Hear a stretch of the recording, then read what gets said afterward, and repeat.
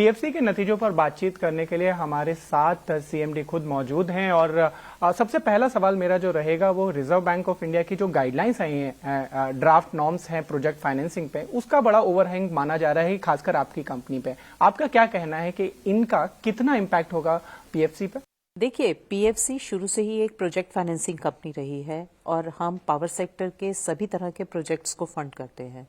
जहां तक capex funding की बात है, आरबीआई की गाइडलाइंस पहले भी हैं जो कि ये बात करती हैं कि 2 साल के बाद अगर आप एक्सटेंशन देते हैं डीसीसीओ का तो आपको 5% प्रोविजनिंग करनी पड़ेगी।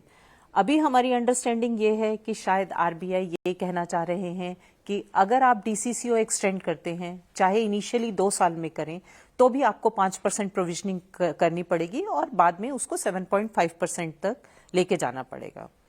इसमें पीएफसी का 2 तरह से सबमिशन है।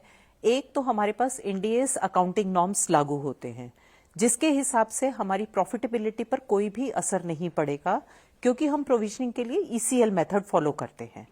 और दूसरी चीज, हमारी कैपिटल एडिक्वेसी तो इम्पैक्ट होगी जितने से हम इम्पेयरमेंट रिजर्व क्रिएट करेंगे, जो कि डिफरेंस होता है रिजर्व बैंक ऑफ इंडिया के नॉर्म से और ईसीएल नॉर्म्स के हिसाब से।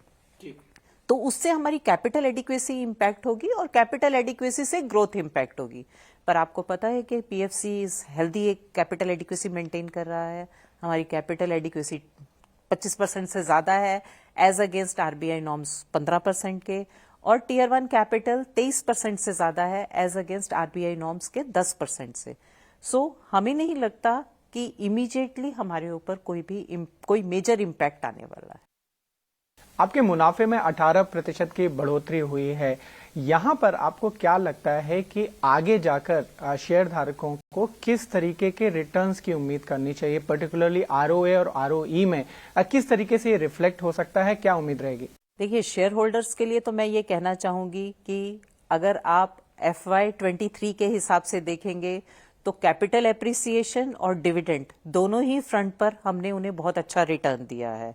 बोनस भी दिया फाइनेंशियल ईयर में 4:1 की रेशियो में, और अगर हम प्री बोनस के हिसाब से लगाएं तो 16 रुपये 88 पैसे का डिविडेंड आता है प्री बोनस पर।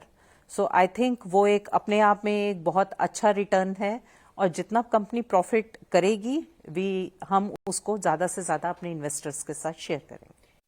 एक आखिरी सवाल मैं लेना चाहूंगा, आपकी जो लोन बुक AUM बुक है वहां पे ग्रोथ 14% के आसपास रही है।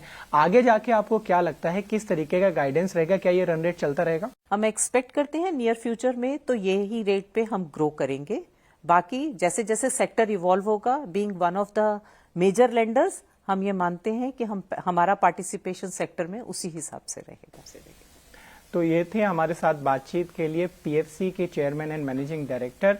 हमें क्लियरली बोला है कि यहाँ पर जो लोन बुक की ग्रोथ है वो कंटिन्यू रह सकती है। साथ ही शेयर धारकों को उम्मीद बिल्कुल लगा के रखनी चाहिए कि आगे जाके जो प्रॉफिटेबिलिटी कंपनी की रफ्तार है वो बनी रह सकती है। चलिए, तो ये पीएफसी के मैनेजमेंट से आप तमाम चर्चा और बातचीत सुन रहे थे। हर